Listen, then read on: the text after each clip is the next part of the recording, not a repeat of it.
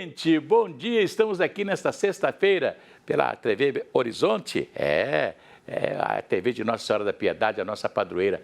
Hoje nós vamos reviver um programa que eu fiz há muitos anos, há 30 anos atrás, com o mestre Bellini Andrade. Ele era do 12RI, foi do Exército, foi mestre de banda, grande compositor, mais de 300 choros, valsas, shots e etc, né? Ele nasceu em Abaeté, veio a Belo Horizonte ainda com 17, 18 anos para conseguir o seu certificado de reservista para trabalhar num banco. Chegou no quartel, perguntaram, o que você sabe fazer? Eu sou músico, então vai para a banda de música, né? E aí seguiu carreira militar, não foi trabalhar no banco, né? E encerrou a carreira como major do Exército e um grande mestre. Vamos reviver esse programa de hoje. Nós estamos aqui na cidade de Abaeté, 222 quilômetros se você vier por Pará de Minas e 230 se você vier por Sete Lagoas pela BR-040. Nós estamos aqui no local do marco inicial da cidade, que antes chamava Arraial do Marmelada, para depois chamar Abaeté. Uma cidade com mais de 100 anos de fundação. Nesta cidade nós vamos conversar com um importante músico mineiro, um importante músico que colaborou muito e continua colaborando para o chorinho, para a valsa em Minas Gerais, o maestro Bellini Alves de Andrade.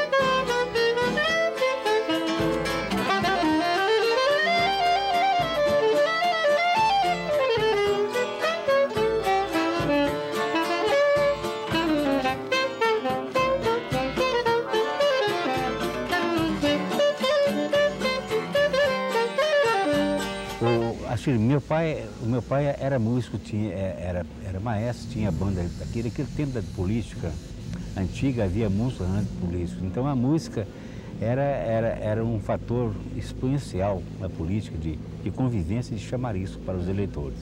Então Abaeté era cidade pequena e tinha duas bandas de música, duas rivais, cada uma pertencente a um partido. Era uma do UDN e outra do PSD? Isso, é. Então, meu pai era maestro de uma dessas bandas. Tinha o apelido de Chica Pronta, porque quando o papai subia lá na escada lá de casa, com o cornetinho, dava o sinal e na Abaeté todos se escutavam. Então, dentro de 5 a 10 minutos, o pessoal estava todo reunido, já está com o instrumento para sair. Então, tinha o apelido de Chica Pronta. Então, por causa disso, daquele ambiente, eu fui vendo desde menino aquelas bandas tocando e me senti atraído por aquilo, fui gostando, porque a música está no sangue da gente, né? E comecei a inclinar, estudar música. Meu pai me ensinou as primeiras lições, me pôs um saxofone soprano na mão, me ensinou a mão esquerda e eu desenvolvi, peguei o método e sentava aí nessas árvores grandes aí na esplanada e ia estudar e desenvolvi. Tempo de menino, tempo de meus 8 anos, eu ia lá pro retiro do meu tio, de Tijuca, e minha tia Luca, casada com ele, era irmã de papai e também tinha pendores musicais. Ela tinha uma voz maviosa e tocava o cavaquinho, tocava aquelas músicas tristonhas, noturnas, né? Aí ficava sozinha na roça, pegava o cavaquinho e ia dedilhando, fazendo aqueles prelúdios maviosos do tempo da infância dela, saudosa. E eu aprendi então a tocar cavaquinho com ela. Ela me ensinou os primeiros acordes do cavaquinho.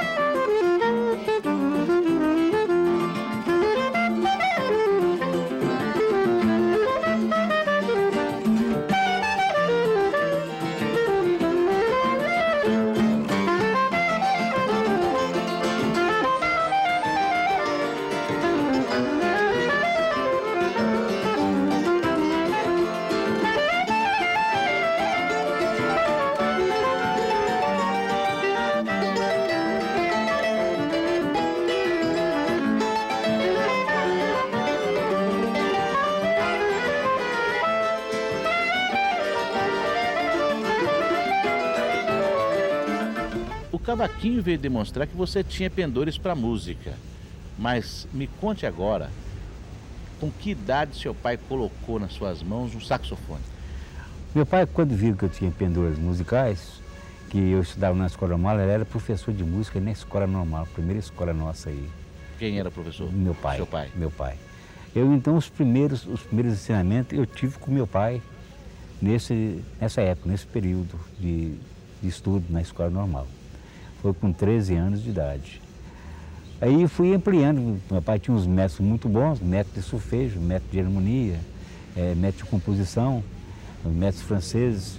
E eu peguei os métodos, comecei a decifrar aquilo, pedi aos outros que sabiam para decifrar aquelas músicas, aquelas palavras para mim.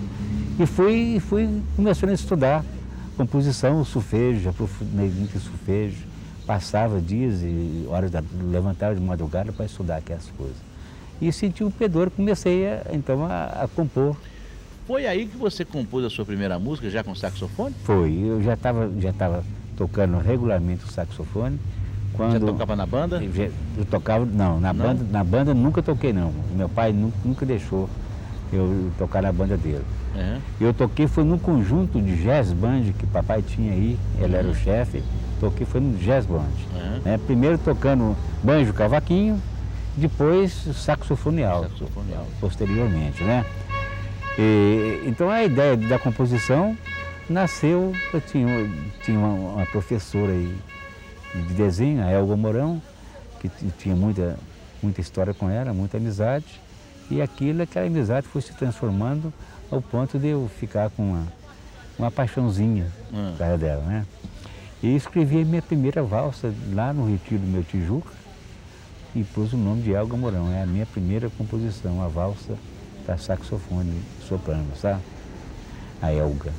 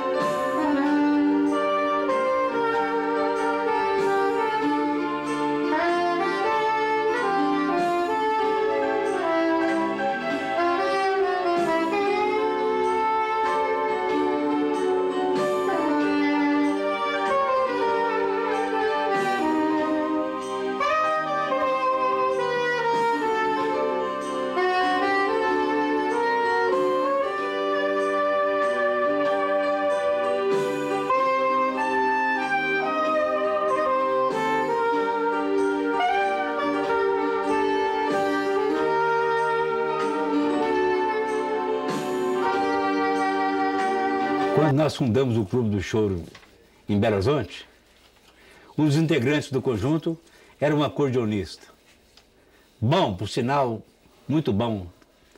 Tocava bonito, sem vergonha, feito ele só, né? Mexia com todo mundo, bebia umas pingas, fazia umas músicas bonitas, improvisava. Então eu resolvi escrever o chorinho e oferecer para ele, que é um amigo direto do peito da gente, do coração da gente, que está sempre com a gente aí, desde 1982. Eu vim para Abaeté, mas deixei essa turma toda lá em Belo Horizonte. E esse amigo está sempre no meu coração, sempre eu me lembro dele. Pelas qualidades pessoais que ele tem, de amizade que ele sempre demonstra para a gente. É o Cícero. E pus o nome nessa composição de Ciceronando e ofereci com todo o coração para ele.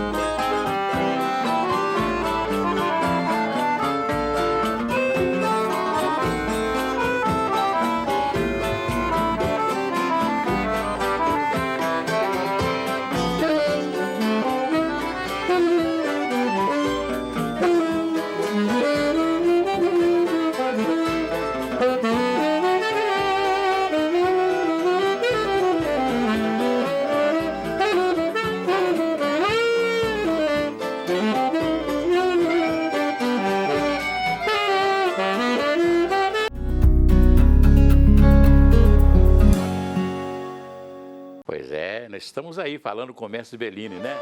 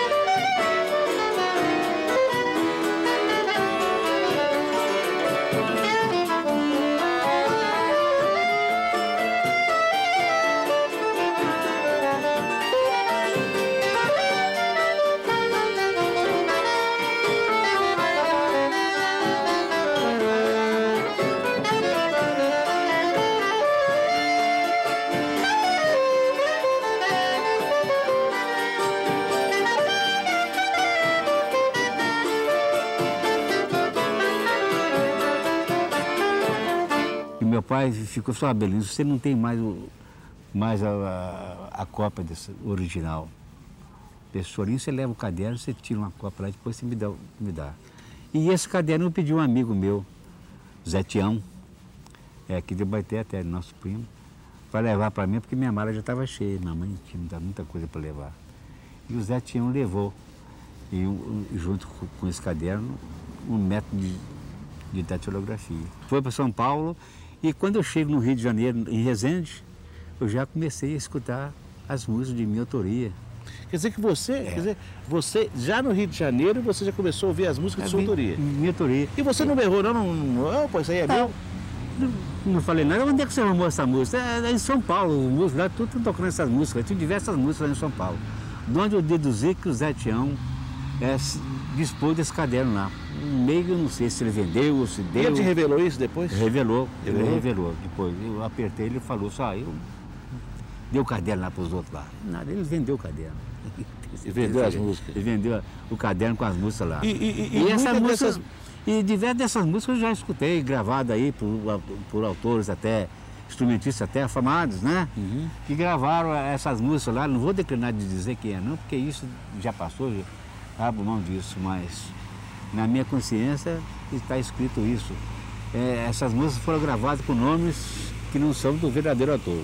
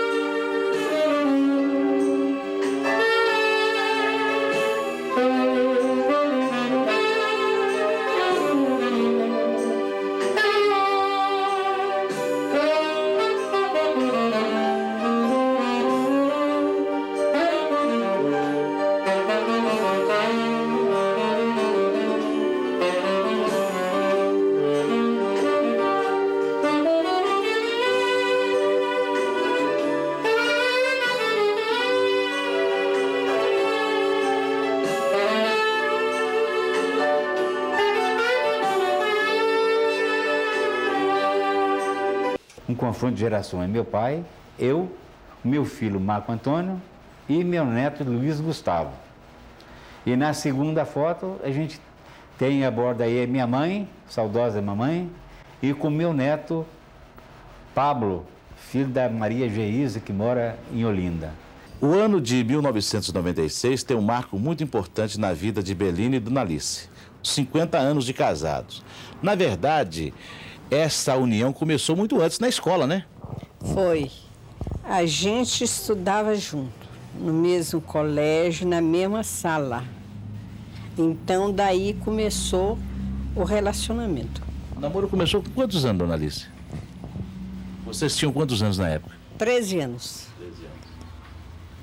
Primeiro aquele namorinho, né? Aquele namorandinho que parece que não vai acontecer nada, né? É, de criança, né? Que não vai acontecer nada, que brigava muito com criança mesmo, fazia as pazes, tornava a brigar, namorinho de criança. Depois, então, foi evoluindo, ele foi para o exército, mas todas as vezes que ele vinha aqui, a gente se encontrava, falava, passava o dia todo junto, namorava. Ele teve muitas namoradas por lá e eu aqui também, mas parece que estava predestinado. Quando nós ficamos noivos, ele tinha vindo para ficar noivo de outra moça. Na festa que ele ia ficar noivo de outra moça, nós fizemos as pazes e ficamos noivos. Belini, vim ficar noivo de uma moça e no momento decidi pela aquela que começou a namorar. Como é que foi esse negócio? Isso foi uma coisa espetacular.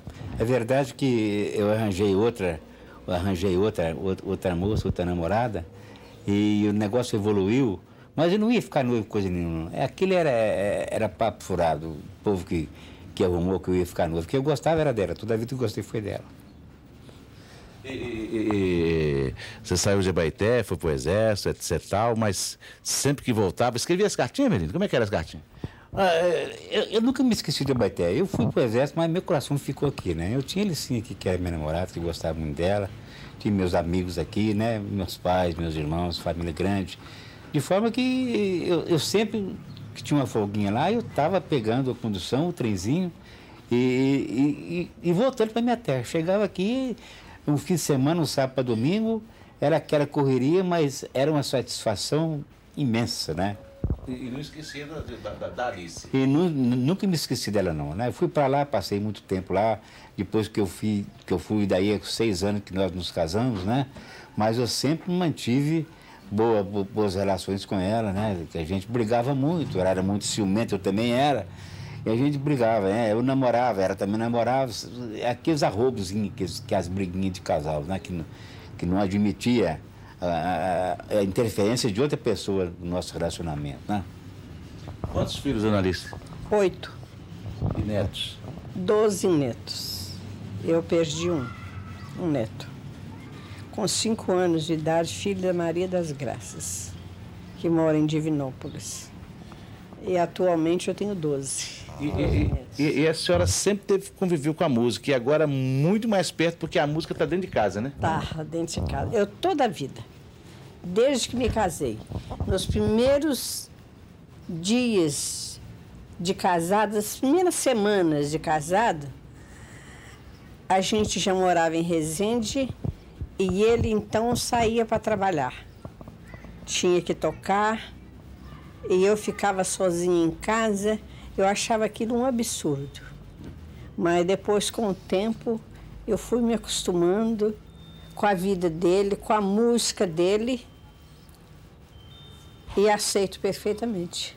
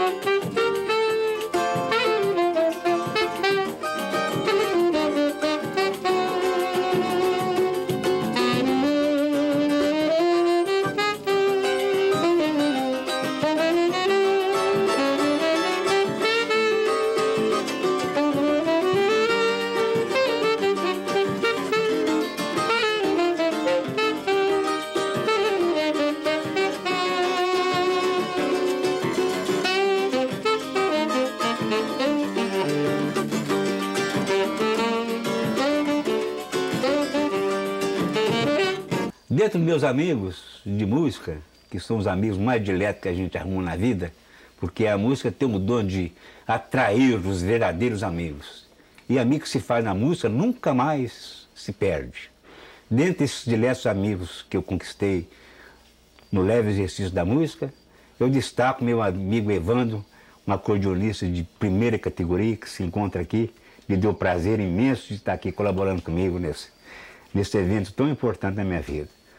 E escrevi esse chorinho para ele, cujo chorinho intitulei Meu Amigo Evandro. Com muito prazer eu ofereço ao Evandro essa música em sinal de estima e alta consideração e admiração como instrumentista perfeito que ele é.